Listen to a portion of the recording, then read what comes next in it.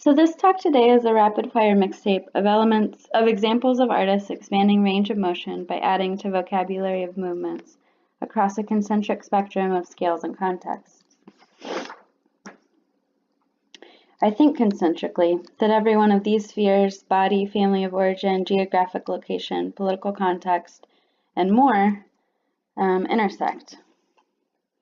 And while I loosely follow this arc above, from my own work to the larger work I'm researching, this talk will switch scales a lot, from the intimacy of the interior of our own bodies to the social public of political movements.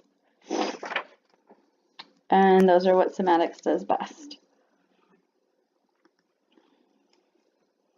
I learned scale switching when I was young, and it was not safe to move my body or make sound, so I made cover, and then I made believe that my hands were bodies.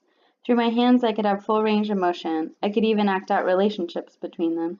And I did this as a ritual at the end of the day, at danger hour even, making a contract with myself that I would put all of this, what I had to say, sing, express, move, into my hands and what I could make with them.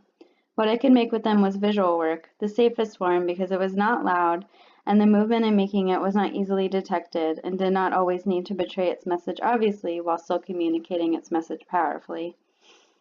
In a time of necessary hiding, scale switching my entire body and voice into my hands let me keep what was undercover intact.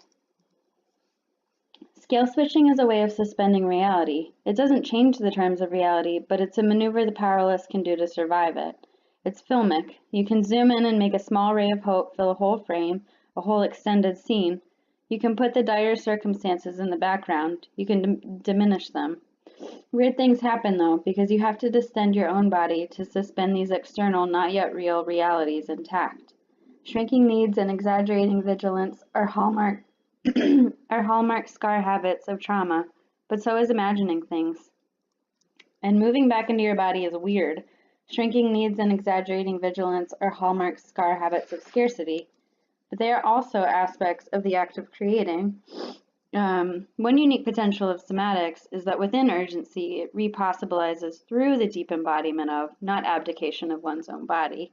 And this quote is definitely too long for the amount of time I have today, but the basic point is that I love Elaine Scarry, and she's in this whole thing, and it's been really formative to my thinking through all this.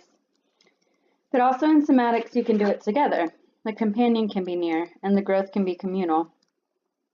On a societal level, all of us living in a context of polytraumas is beckoned to cultivate the habit of scale switching if we are to survive. As Thea Backstrom says, the globe, my intestines, the labor market, our friendships, your neuropsychology, my compost, all entangled ecosystems. Just like the stock market can bloom, so can the garden in psychosis. After devastation, infrastructures restructure, reorganize, regrow, and grow again. Muscles grow, as does the national debt. Everything is intertwined. My feelings become your outburst, my battery's release leads to a bird's disease. But as you know, of course, the emergency is not equally distributed. I'm sure you're all familiar with some version of this privilege wheel and how we fall on some intersectional point within its range. Because my research deals a lot with survival creativity, taking a second look at the adage that the greatest creativity comes from the most dire circumstances, it's important to avow that our spectrum of direness is not commensurate with each other, and that survival of circumstances looks very different from context to context. So scale switching at its most dangerous is used to disappear these increments, as when Trump cannot bear the reality of losing the popular vote and insists that millions of voters committed fraud, or as when a white person cannot integrate the reality of white supremacy and instead perpetuates it by equating the importance of their comfort with the life of a black person. But scale switching can escalate and amplify in the other direction, in the direction of equity by re-articulating instead of re-entrenching the balance of power, not least of which because scale switching is one of the coping strategies developed by trauma brain. When reality is overwhelmingly oppressive, equivalencies can be shrunk, inflated, or reconfigured in the mind and its occupations, and coping strategies can scale up into superpowers. So an ethics of scale switching recognizes the danger of forcing equivalencies on different contexts, but avows the power within temporarily rescaling and suspending a new relation between sedentary elements in a moment of sci-fi rearrangement. This operation is common to many of the how-tos I address in this talk. But first, I just want to say that I recognize that our spectrum of darkness is rarely equivalent to each other's, and in the context of this conference especially, pull up the following observation from my POC trans movement artist friend, Zebe Mortahajano.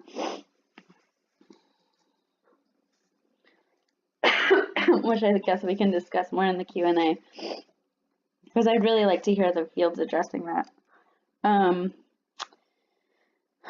But somatics literally expands the vocabulary of possible movement currently designated under psychological protocol for responding to trauma. And if we're living in a time of polytraumas, we really need more than 3 responses. We should just also recognize that, as Zave calls out, not everyone ever narrowed it down to 3. Actually, most of my favorite responses come from sources outside of a white, hetero, cis male-dominated clinical psychology framework, like time travel. Who likes time travel? Because when you move your body first, you're hacking your own action schema or plan for what moves next are possible for you. I'm going to time travel a little bit to my past. So around age 10, my best friend Melissa and I made dozens of these, which are hot glue and cardboard, but are also models of safe homes with needs met. Things are organized, sheltering, and stable, thoughtfully, considerately accommodating. All the details are accounted for and the design imbued with care. But what they also are is made by 2 kids who had not experienced this, but somehow could imagine and create it, could make it up and make it real, even if in miniature, an instance of these other possible homes. And what they also turned out to be was bravery inspiring, because after we made dozens of these models, we went on to flip every closet, nook, attic, and storage space in our houses into hidden clubhouses, or 10-year-old temporary autonomous zones. The scale of the closets also turned out to be bravery inspiring, so then we did it throughout the whole neighborhood and enlisted other kids with us. We also ventured further to find more like them. Along the bayous, we found setups made by drifters, homeless people, high school kids smoking weed, secret spaces. These delinquent zones for disobedient bodies might not sound like such a big deal, depending on where and how you grew up. But as young girls, they gave us an excuse to navigate an otherwise prohibitive area that was someone else's domain.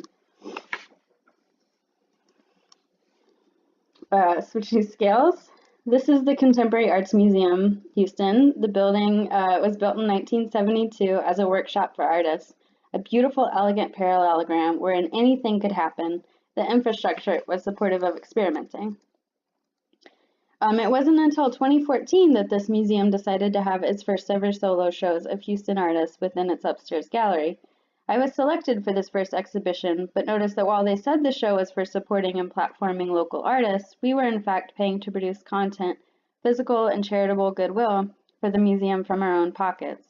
So I dug into the museum archives for moments when the previous directors supported artists as researchers and thought of the art museum as a civic space, not a country club.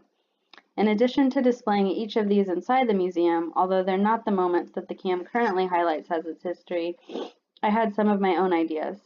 In this one, the roof of the CAM is turned into a public swimming pool, which makes the inside just blue reflected light and the ceiling swimming bodies. And the front facade is flipped up and open to the city like the porches we have where I'm from. And I invited students to propose theirs as well. This is 3rd grader Daniel Garcia, who I know from my teaching job. He squared the parallelogram and made it a fishing house floating on the clouds, where janitors pick up trash by throwing spheres and catch stars right above using the same physical gesture. I also invited museum visitors to have their own ideas. This is a Jungian sand tray where people can create their own landscape using archetypal figures, curated up from the dark matter shadow space and into the museum frame itself. And this is a board table where people could alter their own museum templates and put it on display inside of that which it amends. I was asking visitors to physically perform as curators and board members of the institution, assuming that even a moment of putting one's body in that habit, of switching roles really, could open up new channels of possibility. This is a video I made after my mom passed away from pancreatic cancer. My uncle had gone through the house and gotten rid of many things, our clubhouses and her dresses. Her dresses, especially the ones I remembered her being beautiful in, that I needed to grow up to be beautiful in. I didn't have the dresses, but I had photographs, so I tried them on, fitting myself into these poses and the spaces that she lived through, and the different roles we were expected to play just one generation apart.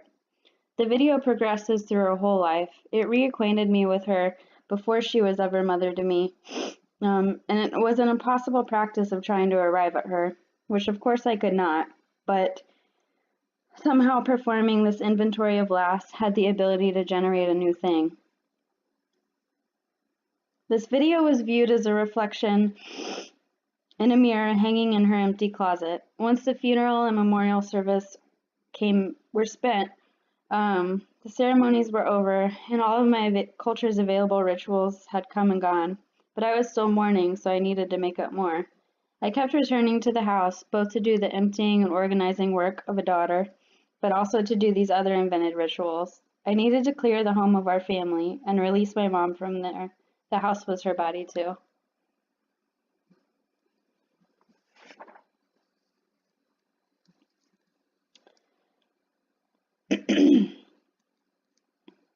In this time after my mom's passing, I had 2 emergency surgeries of my own, so I'd spent nearly a whole year being bedside or bedridden. When I made this video, I was practicing tango pivots after knee surgery, but it fell from physical therapy stretches to finding out if my weight could dance again, to performing out everything my body had stored about watching my mother's body slip away. I had this massive vocabulary of involuntary and embodied memories, but I could get them to switch from haunting me to creatively possessing me as I remade them, made them into a dance.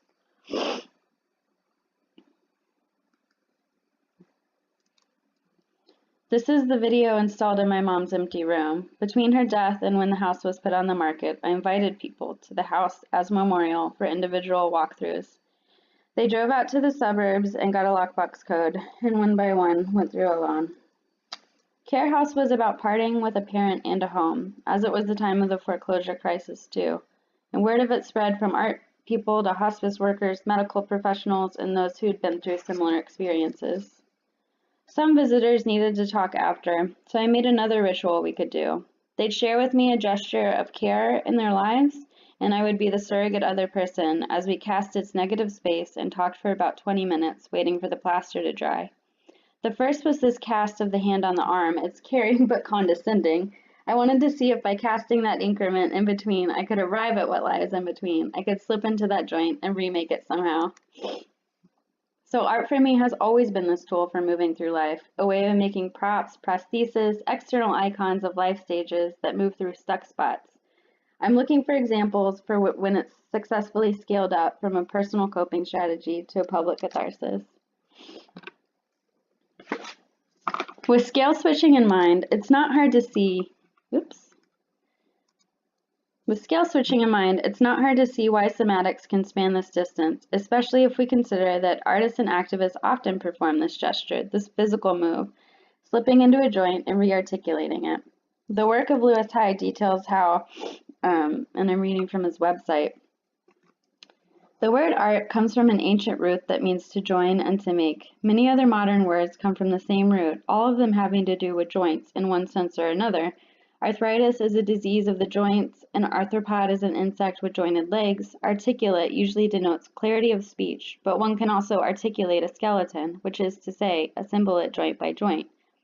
Even when used to describe speech, articulate can mean jointed. Ancient script used to be written in one long line of letters. When writers began to break it into words, sentences, paragraphs, and so forth, they were articulating it, marking the logical joints in the flow of letters. Tricksters are usually thought of as boundary crossers, characters who find the limits and violate them or keep them lively.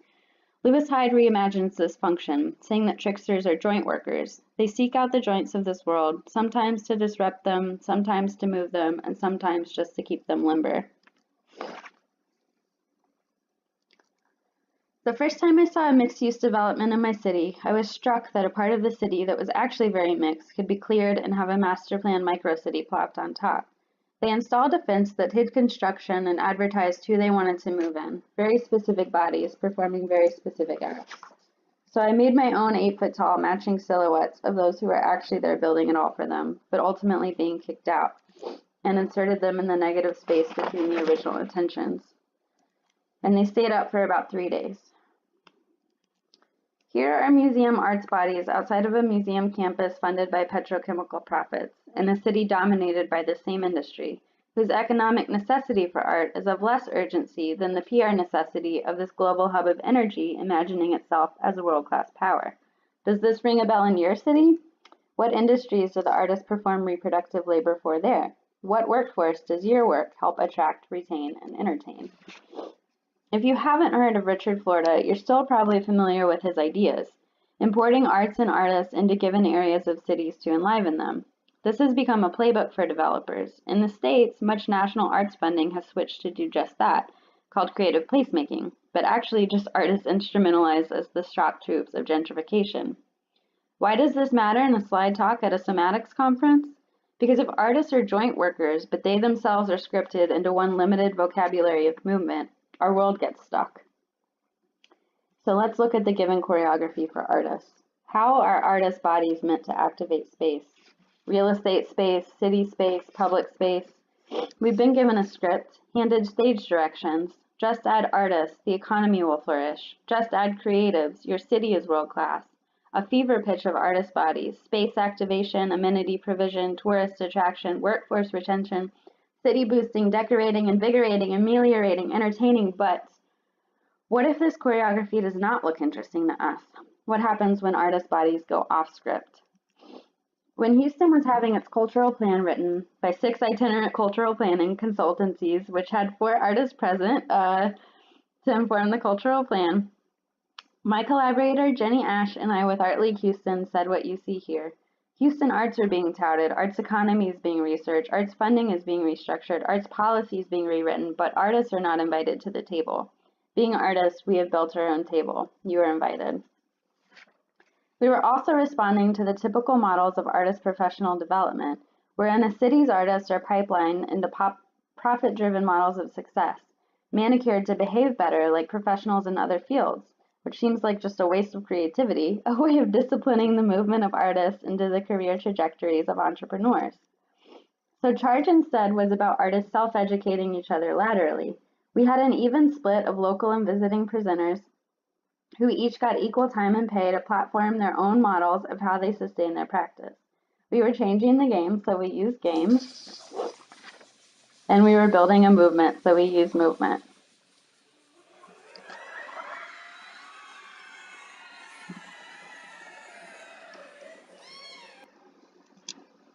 This is a spectrogram of artists staking their ground on opportunities according to ethics and payment. We were breaking a mold, so we broke through. These are both works by Cassie Thornton using visualization and physical movement. In the former, to say no to poor conditions as adjuncts. On the right, to visualize our walls of student debt and break through it. This one began with feminist economics yoga, which we also did at Angela's house in Houston, a home for formerly incarcerated women. And this is Angela Davis Park, or rather a plot of grass designated as a park named for the prison abolitionists by the insertion only of an official-looking sign by Regina Agu and Gabriel Martinez. Responding to this sign and habitual pattern, the City of Houston Parks Department actually began mowing and maintaining this park, lasting for 3 years. We are often told that all there is what's above the horizon line, but actually there's a thriving ecosystem just below the surface, oftentimes. Like Autumn Night and Monica Villarreal project made of star stuff. Fed up with the scarcity of art resources, they instead started mapping Houston women in the arts as a profound network. But for Charge, we were not just assembling self-congratulating MFAs, we were asking artists to consider their work in the larger economy. 2 examples include Jason Woods talking about Houston DJ culture, including DJ Screw's mixtape distribution outside of the official industry, and Faye Justicio's Worker Center giving their basic charla on Texas workers' rights. We built the metaphoric table in our mission statement, a 40-foot table collaged out of other tables to represent various perspectives, site-specifically level at their intersection, and we hosted a range of programs around it. The table itself was made out of joints. The parts fit together by their intersection with each other. The physical process of making it had its own lesson, just like the entire project of organizing in a deeply hostile context. At first, we were barely holding it together. With muscle and leverage and luck, and then people came to help and support started to hold, and it could be added onto and it could be amended without falling apart. But from barely holding in balance to being in relation to itself, its parts, gravity, and space, we were flipping the script of artists working for exposure and of Houston being only business friendly. For a brief moment at peak charge, Houston, Texas had the most wage or working artists in the greater economy, certified arts institutions outside of New York, which is incredible considering the city's reputation for deregulation. To further open this narrative, we recorded a Houston Has a Labor History story share, documenting stories of collective organizing from slave revolts to the general strike when Houstonians sided with garbage workers to 100 artists walking out on the Civic Arts Funder for refusing to have artists on their board, the Women's Caucus, the Texas prison work stoppage, justice for janitors and the fight for 15, refinery walkouts, and more. Because once you witness these alternative histories, you also have to make room in your imagination of this place for something totally different. And once you make room in the imagination, bodies and actions can soon follow.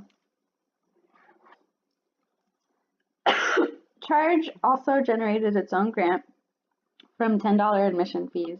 Attendees voted on a winning proposal.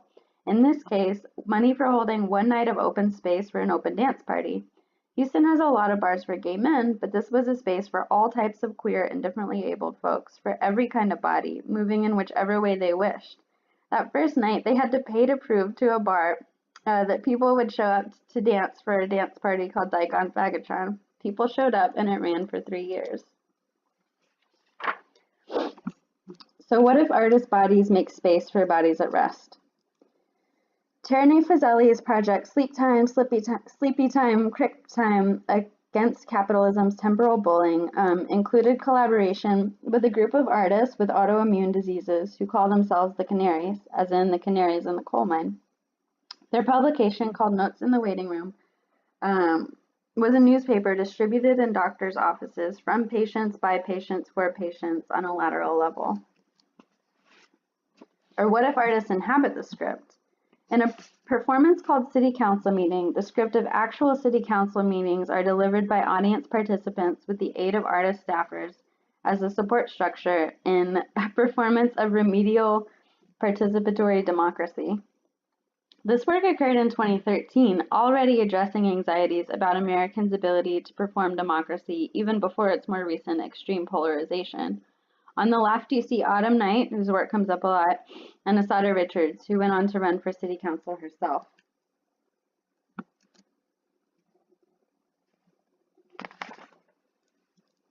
Okay, so can y'all just raise your hands if you know what Project Row Houses is? So Project Row Houses is a 24-year-old arts institution in the Northern Third Ward, a historic African-American neighborhood in Houston, Texas. It was founded by 7 artists inspired by the work of John Biggers, which depicted how community reclaimed their space in the architectural form of shotgun houses along the Gulf Coast, a form brought over from their previous homes in West Africa. The 7 artists turned a row of such houses, blighted after desegregation and disinvestment, into spaces for art installations, rhythmically reimagined and remade by artists every few months, now on round, I think, like 48, or almost round 50, I think. Over its history, Project Row Houses grew from an arts institution to a builder and provider of affordable housing, a host of a support program for young single mothers, and now a partner in an anti-gentrification coalition called the Emancipation Economic Development Council, or the EEDC. Here, Assata Richards and Bianca Mahmoud are testifying at an actual city council meeting, a performance advocating for policy change that allows street renaming in Houston on the basis of a majority of resident voices instead of property owner votes. And they have also changed the name of the street abutting Project Row Houses campus from the name of a Confederate general to Emancipation Avenue, after the park the street runs along, Emancipation Park, purchased by formerly enslaved community leaders as a place to celebrate Juneteenth and deeded to the city as the first public park in Texas. Now the park has undergone a $40 million renovation, hence the Anti-Gentrification Coalition, and the EEDC is working to keep freedom on this space, not only for the decorative passing through of entourage bodies and architectural renderings, but also for the actual movements of bodies that have claimed, reclaimed, and opened that space for all.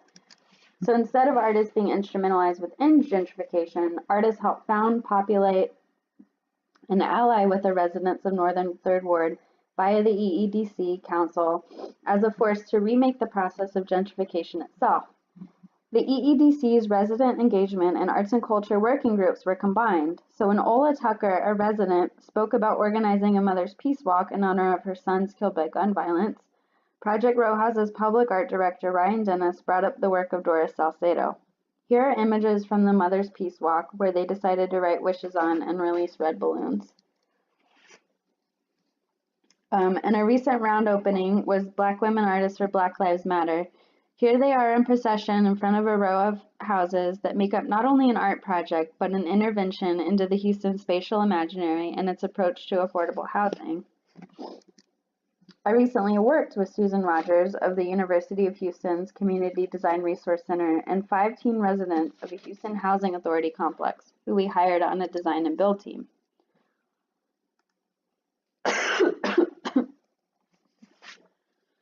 The grant was for making Spaces of Play as a pilot to retrofit 200,000 units in apartment complexes built for singles in the 70s oil boom for the families that live there now. However, when we got the grant and started meeting with the 5 teen residents who we hired on the design and build team, it was the week of the Terrence Crutcher shooting and shortly after that, the election of Trump. So it was completely absurd to be talking to these students about play, and instead we talked to them about Afrofuturism, a movement credited with starting with artists around the 70s, and I'm summarizing incredibly briefly, but the idea was that amidst a constant struggle for basic safe and a safe future for African Americans in American society, these artists projected Black bodies into outer space and into the future. So we brought in Jamal Cyrus to talk about it, showed them Natrice Gaskins, and had them listen to Sun Ra. And we ended up making portals with the tags they designed based on cosmograms throughout the complex, sidewalk drawings that glow in the dark or only appear when it rains, and also this transforming spaceship stage, which expanded the 3D geometry of the basketball half court into a 3 and 4D platform for their own talent, including one of our design team members, Traven Walton, who wrote and performed his own song, tearing up everything from police brutality, life under our current president, living in the housing project, his economic and education realities, and his hope for better days. And we basically sort of did a music video shoot for him. Afrofuturism has a big presence in Houston, Texas. I knew about it most in the work of Autumn Knight, who crafted this performance of an alternative conference at an actual conference. Autumn enlisted other conference workers who are African American to spontaneously perform as delegates of the LaDasha Consortium, a group of arts institutions, all with namesakes from the African diaspora, who were asked to spontaneously introduce their missions and award membership to each other. But the protocol for granting was confirmed by physical gestures like side-eye, shoulder shake, and touching the kitchen. We know the healing capacity of lending your sensing to a dissociated body. In the hands of massage therapists, caregivers, sexual healers, dance movement therapists, and the suggestions of a Feldenkrais leader, and more. Lending your sensing to a dissociated body is one of the basic how-tos of care, a form of human empathy.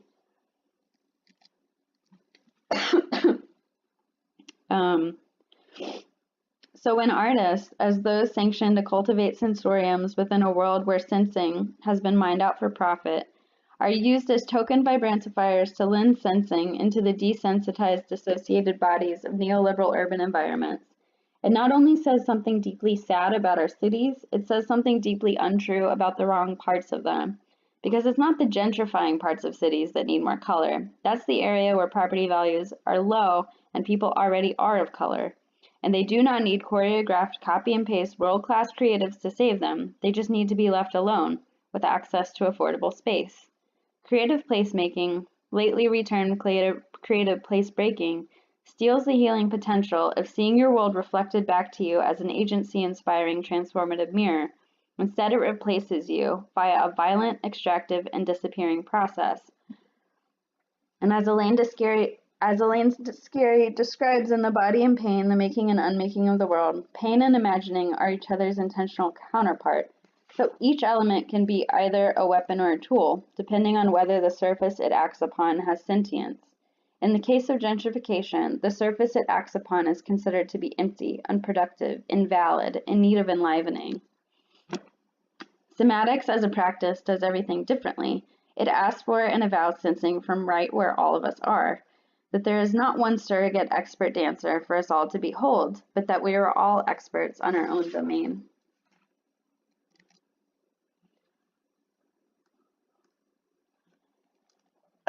Out of this idea, in 2011, I made Here Are Houston. It's a platform of public-generated audio walking tours where people from all around town take a walk, record themselves, and upload it to the website where anyone can download it for free. It's an attempt to collapse the commons in a sprawling city, an absurd proposition in a context where walking is a radical act, a small way of defying the notion that anyone's home is invisible or any place is non-existent until someone discovers it for profit. Stories I recorded for Here Are Houston are stories of survival creativity, and also my answer when I'm asked to show international art visitors around. I don't take them to the museum campus expansions, but instead to a bunch of détournements under drop tile ceilings, a bunch of post-capitalist occupations in former inner ring suburbs, evidence of how immigration in the wake of oil busts have made Houston the most ethnically diverse city in the nation. These occupations are survival creativity using a specific password, profit, as cover to get away with anything else. I'm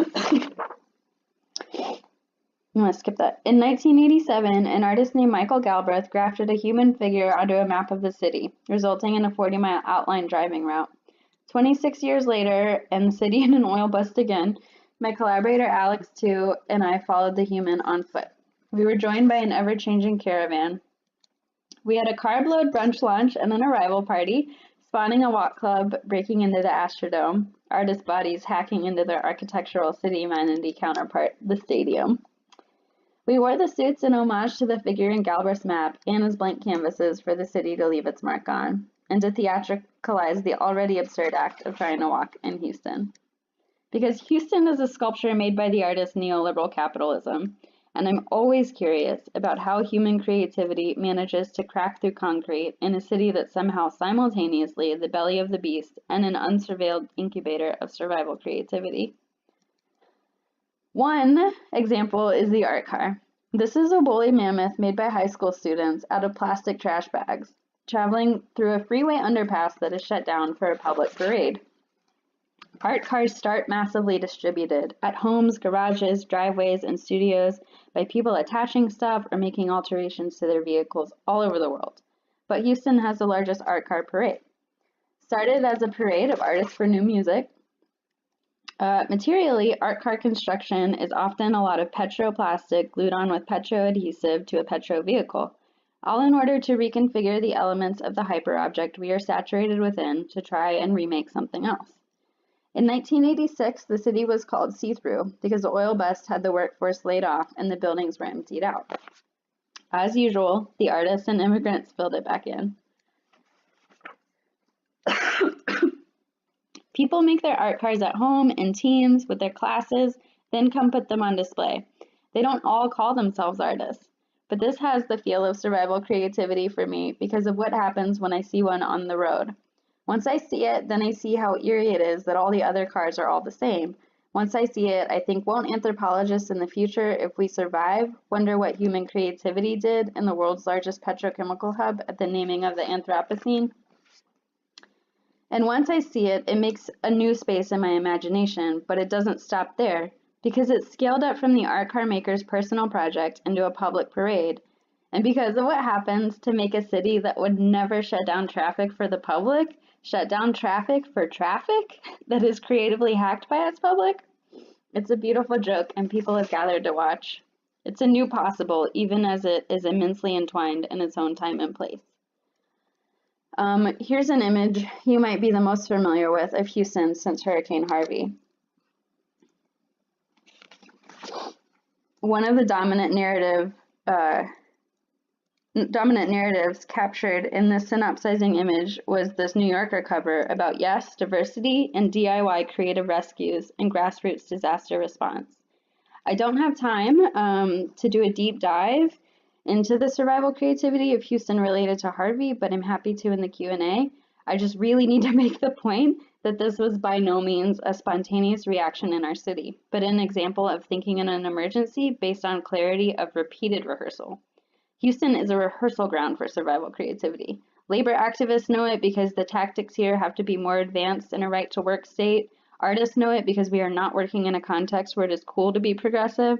And immigrants know it because this is a land of disappeared social safety net where people have built a network of person-to-person mutual aid. Of course, it should be better. When I talk about Houston, sometimes I'm met with the attitude that these things that inspire me aren't inspiring because they shouldn't have to be that way, but they are this way.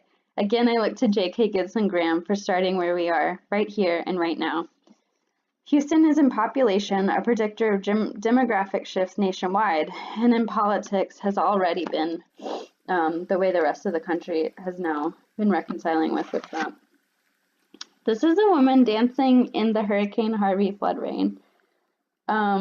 This is survival creativity. It's not to suggest that we just dance on the climate disaster or that artists are only here to make eulogies for a dying world.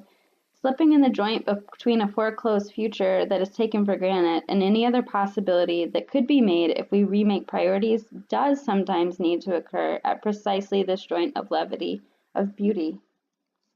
Because again, the emergency is not equally distributed, and again, this was also true before Harvey. This is a map for reference, so you can think of splitting the city in two. Houston is famous for being the only city of its size with no zoning, but still, it's segregated. The same body of water on the west side of the city is called Buffalo Bayou, while to the east, it's called the Ship Channel. The west side is the white-collar industry, admin, and logistics jobs in mid-rise office complexes, and the east side is the blue-collar jobs in plants and refineries. All along the east and southeast side of Houston are refineries that make the fuel, plastics, and chemicals that are massively distributed everywhere, even in your lives here too. The petro-adjacent areas are the kick-dog structures to the built-up downtown. Much like Houston is the industrial armpit powering industries on either coast in more reputed cities. This is a relationship that spans a tradition between the South and North even through slavery, just negotiated differently now. We'll take a glimpse of both. First, the east side. This trailer for a new film about one of the petro-adjacent areas, Baytown, will help give you an idea. The city of Baytown is made of old money, lower to middle class families, and pollution.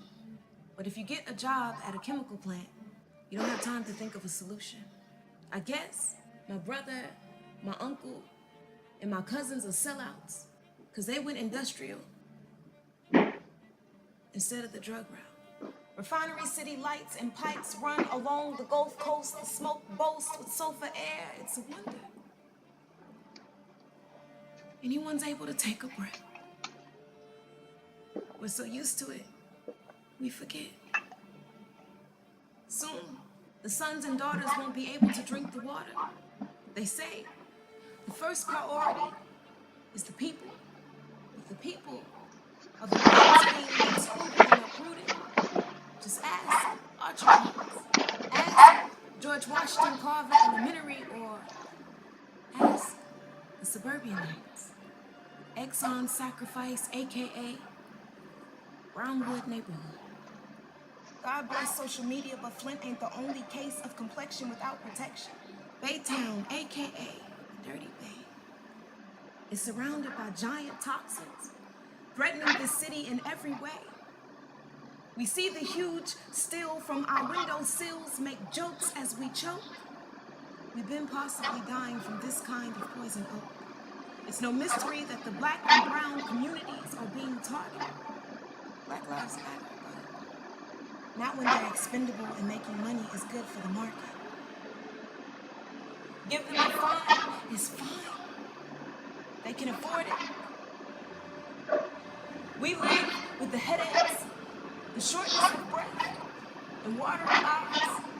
They keep building, they pay for it. constantly trying to heal ourselves and repel the environmental destruction. Breathe it in and breathe out.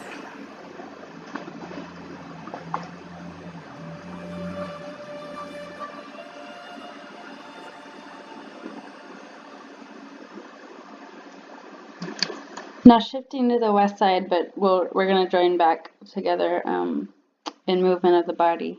This is the house I grew up in, built in the 70s oil boom.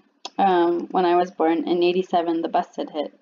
The defining rhythm of my hometown is this boom and bust cycle. It's like the whole city. Its architecture, which has been called stroboscopic, its population, like high and low tides, is breathing in big gulps and deep exhales according to the cost of crude.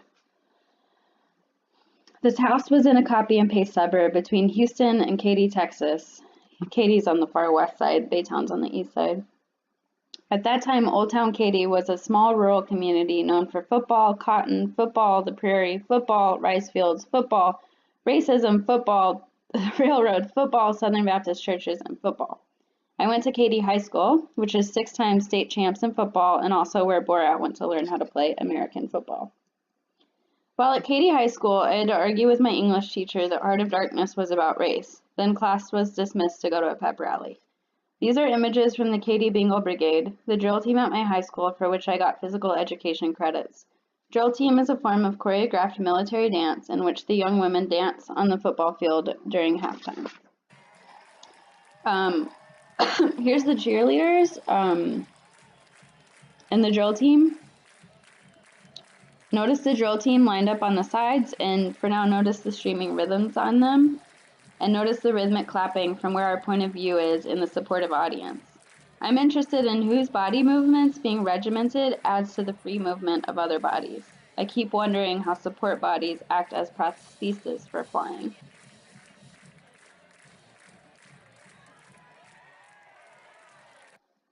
One reason is because at the time of absorbing these football ceremonies, I was also writing promise letters to my future husband in a megachurch Bible study, according to this book, which is still in print.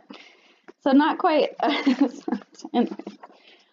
During football season, the whole town fills up with spirit, and the body of the community invests in the performance of the football bodies. On a 1-to-1 level, the cheerleaders are each assigned to a football player. Each game week, the cheerleaders make custom decorations for their lockers, and on homecoming game days, we also wear these, which are mums, worn in 3 stages and different colors for your freshman, sophomore, junior, and senior year, marking your steps towards entrance into society. This was probably the most accessible, exciting, and widely participated in form of art that I grew up with, but we didn't talk about where it came from or what it meant. Although my friend the artist Dario Robledo and I trade theories about how these traditions trace back to the grieving practices of Civil War widows and Victorian waiting and mourning rituals performed by the wives before that. The length of a woman's time of mourning was dictated by the relationship of the deceased. For the loss of a husband, the mourning period lasted 2 years and happened in 3 stages: deep mourning, full mourning, and a half mourning, with gradually loosening requirements of dress and behavior as she was gradually allowed to re-enter society. During those 2 years, women were mostly confined to the home. They made from their dead's hair, the part of them that would last, sculptures, braids, weaving them intricately, time-consumingly. You would shape the hair of your lost one into forms with deep symbolism about the person and your relationship to them. Mum making is more like this nowadays, and materially it's mostly plastic. Some women in the area make a full-time living off of making mums, and football season is for them a time of intricate handwork and lots of hours. Going to order your date's mum or garter was a creative ceremony. On that Friday at school, everyone shows them off, which trinkets their dates picked out for them, and the whole school sounds like bells adorning them and the clinking of plastic and the rustling of rhythms. Some girls have 3 mums, and the first time I saw a Nick Cave sound suit, I thought of my friends who wore their drill team mom, mums from their date, and maybe even a mum from their parents on homecoming. The more absorbed you were in the mums, the more dense your social network. It's important to have long rhythms. Nowadays, it's becoming popular for students to make their own. While a custom mum can cost you $200, making your own is a way to fit in so well that you actually compete, subvert fitting in by innovating instead, or make it your own while changing the craft ways of the tradition as well. This slide is important because it shows that taking the cover of a tradition is not only the domain of those genetically born into it, or as we'll see, celebrities who've overturned it, but also of everyday acts of creativity, massively distributed and incrementally remaking the symbolism within historic traditions. Y'all know that Beyonce is from Houston, right?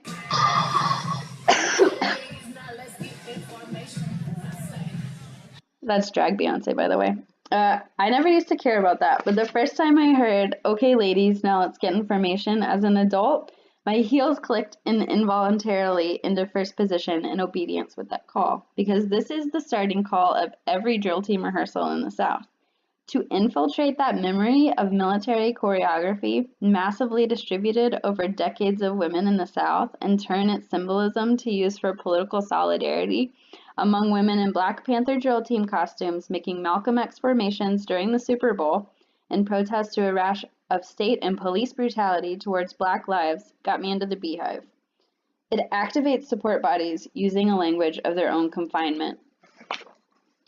Now when I hear, okay, ladies, now let's get information, my association doesn't stop at the voice of Miss Jones, drill team coach, or stuck feeling in Tiger Stadium.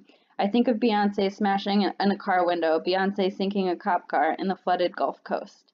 So one album doesn't just re-articulate the choreography of a Southern Civil War mourning tradition beyond racism and patriarchy, it even spreads the symbol far beyond to audiences who've never even heard of drill teams and now assume that formation began with Beyonce. Earlier I said survival creativity often relies on disguise and cover. After it relies on disguise and cover, it can get really good at using the cover, using the host body to distribute its seed. One of the best examples I know of is fruit. Seed spreading can be done by internal or external means, carrying through the exteriors or from inside the belly of the beast.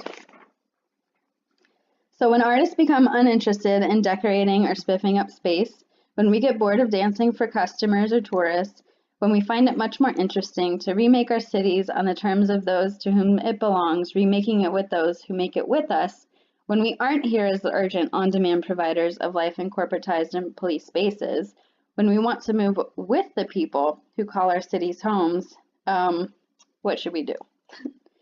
With this idea of joint working in mind, let's scale switch to political situations. If we're living in a time of rapid-fire political violence, we really need more than just hold up signs, join in march, and vote as our three responses. So let's look at different examples. This is Sock and Bop and Robots that I put into a queer tango embrace. These are inflatable cobblestones in Berlin, and so I don't have time to play the whole video, but basically what they've done is inserted this external object that the police have no idea how to deal with, which both prevented the police from recording images, it impedes the charging riot police, and it's used throughout Europe, and you can find DIY tutorials for making them online. Of course, Bree Newsom scaling and taking down the Confederate flag in Charlotte. I don't know where my titles are all gone. The Greenpeace Resist banner put up 5 days after the inauguration. And Johari Osai Ndusi, known as the Trump reader, who was reading Claudia Rankine's book of how racism works in everyday life in America, and basically stealing all the media attention from Trump by hacking into his frame. And then the Yes Men. But does it even work? One little, I don't know, I feel like people should know more about this, but during the civil rights movement, they practiced behind the scenes for their lunch counter sit-ins to the point of really role-playing it out, a diligence performance training for what they called sociodrama. They maintained composure and control and forced their opponent to play the role they wanted them to, the role they knew they would, and the role that would outrage the international community during the Cold War in such a way to shame and pressurize the U.S.'s hypocritical segregation. Both the sit-ins and Rosa Parks were first done spontaneously by others, then taken up by the movement as a tactic and refined through artistic performance training. So the symbolic is a battlefield. These are kiss-ins in Russia. This is Meryl Latterman Ukele's The Social Mirror covering a garbage truck in Mirror.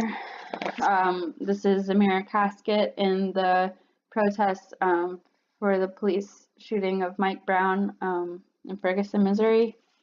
And of course, Carry That Weight, a performance where she's carrying around the mattress on which she was raped until her school, Columbia, decides to expel her rapist. So, one of my all-time favorite examples is that in 2012, the Chicago Torture Justice Memorials was a group of attorneys, artists, educators, social justice activators, and survivors who put out a call for speculative memorials to recall and honor the 2 decades-long struggle for justice waged by torture survivors of John Burge and the Chicago Department, who for decades had tortured African American inmates with tactics learned in Vietnam. It's a sickening story that was hidden, but these memorials were not statues on plinths. Rather, they aimed to heal the hurt and the way it was created. Some were a citywide repeated gesture to be done every morning by every Chicagoan in remembrance, and it culminated both in an exhibition and a series of programs, but mostly it culminated in actual reparations.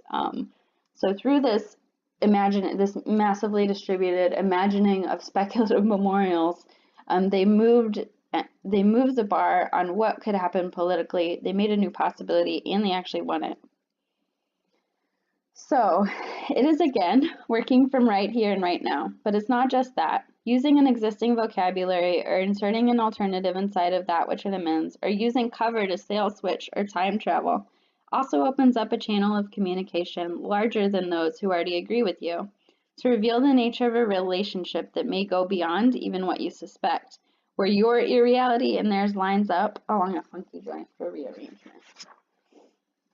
I wish I had time to play this. I'm rushing back home to do workshops with the Yes Men, but I'm also rushing home to organize this event, which is a matchmaking event to brainstorm how to unstick 6 issues directly at stake in Houston, including these. Because the master's tools will never dismantle the master's house, as Audre Lorde says. So what I've mostly been talking about is survival creativity, and I would love for you to email me if you have examples of these. I don't have a definition for it in words, but I know it when I see it. Actually, I know it because of a feeling in my body that happens when I see it. The feeling is like air in a tight space, opening and a contraction, a burst of a breeze, a loosening in the brain wrinkles, a new flexibility in a stiffened joint. And yeah, so I'd really love for you to email me if you do have examples of this. But I think I just want to end this talk by saying thanks to Katja. I mean, thanks to the organizers, of course, for having me, but also thanks to Katja Munker, who, when I was like, oh, I should go learn about the somatics thing, took me in for a 10-day course in Berlin and guided me further in the process of moving back out from my hands and into my body. A weird, wonderful process that I'm super grateful for. And I'm also grateful for all of you for being here at this talk today. Thanks.